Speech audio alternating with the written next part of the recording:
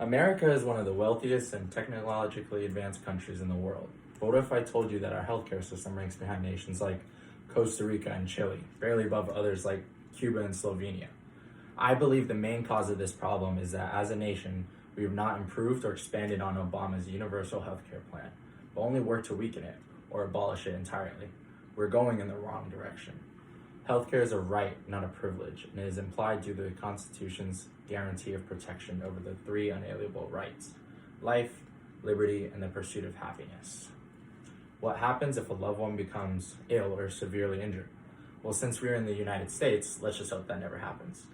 With my mother working for big-name healthcare companies like Kaiser Permanente and Sharp Healthcare for over 30 years, and myself studying for a career in healthcare, I see things that we need to continue to improve. For my visual, I brought in one of my mom's scrubs. From work. She is a nurse. There's that. Why should we change the way things are, you ask? Well, let me tell you. There is a need for an improved healthcare system in the United States, as aid is but a premium in the current state. Trump administration has worked to weaken Obamacare in its entirety. With BBC News reporting, the Trump administration has allowed small businesses to offer Americans cheaper, less comprehensive policies called association health plans that are short-term, allowing companies to charge higher premiums or deny coverage based on medical history and pre-existing conditions while not covering basics like prescription drugs or maternity care. Obamacare guaranteed that individuals could not be charged more based on gender or age, but under Trump's American Health Care Act, it is a different story. It is obvious that this is not a step in the right direction, but how can it be right? Well, First Quote Health's Meredith Miller reports that older individuals can see as much as 5 times the cost of premiums compared to younger individuals. This is because the older you get, the more at risk you are, and the likelihood of you having to actually use your healthcare coverage is higher. Can you believe that? You will pay more and more money to cover yourself as you get older when you need it the most. The system will try to financially cripple you. If that wasn't enough, another key provision to the AHCA is defending Planned Parenthood, which would, Miller explains, cut costs to things such as reproductive health and child health services. This is a disproportional effect on women and takes away something that has made a positive impact on the female community. This ramification of this is huge, as the trickle-down effect from taking away this organization creates many more problems than solved. This is only the tip of the iceberg, but as we can see, there's a huge problem with the current healthcare system and the regression we have taken, but we can reverse this and start leaping towards a correct path. The best way to fix America's flawed healthcare system is to implement one in which universal healthcare is provided. In an interview with PBS NewsHour, business and economics journalist Paul Solman explained that one of the reasons for America's widely expensive and yet inefficient healthcare system is that the government, quote, doesn't use its enormous buying power to force down prices. Although as a nation we follow the idealistics of capitalism, we must not follow the same path regarding medical aid. The government can help solve the issue at hand, which is why the first step towards universal health care starts with the government. Legislation must be passed to warrant action, as these big private companies will do everything in their power to keep draining those in need of money.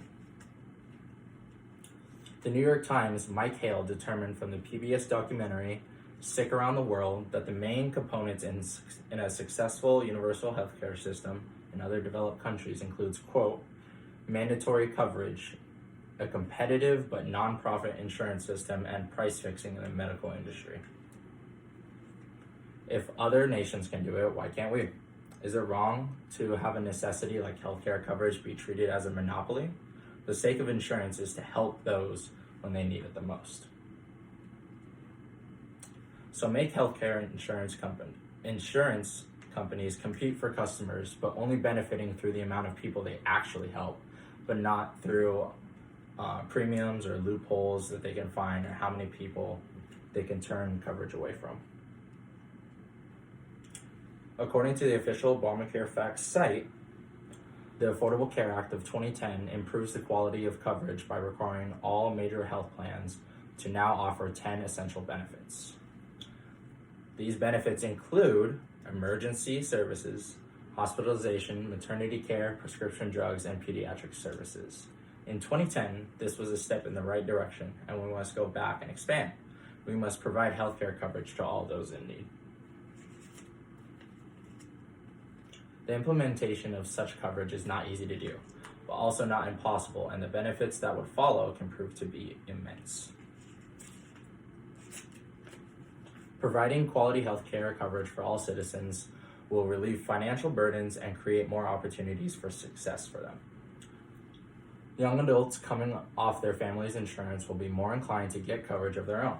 For someone just barely getting on their feet in society, health insurance will become more commonly obtained, as the fear of premiums and hidden fees would be in the past. There would be no threat to financial debt, and the inclination to be insured would be without question. Families would be able to contribute more to other areas of economic flow due to less of strain coming from the poor healthcare system. The financial burden, simple things, can cause the necessity of an EpiPen or prescriptions would be lessened. Even more severe situations requiring surgery or different therapies wouldn't put hardworking citizens in financial holes. Due to this surplus in financial flexibility, families would feel more secure in purchasing homes, cars, and looking into investing shares in the stock market, therefore further stimulating the economy in a positive way.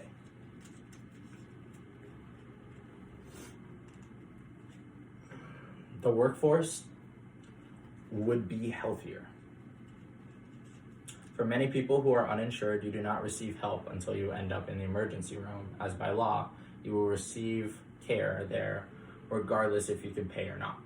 With everyone being covered, preventative care will be emphasized. Overall, change needs to come. We as a nation must provide aid for those in need. A society insured is a society that prospers. There is a need for change in the healthcare system in the United States, and the best solution to the issue at hand would be universal coverage. If this is done, society will reap the benefits of financial relief and opportunities for success. It is up to us to put the wheels in motion. We are the one of the most prosperous nations in the world, and we need to treat healthcare as a priority, not a business. Healthcare is a right, not a privilege. It is time we start treating it like one.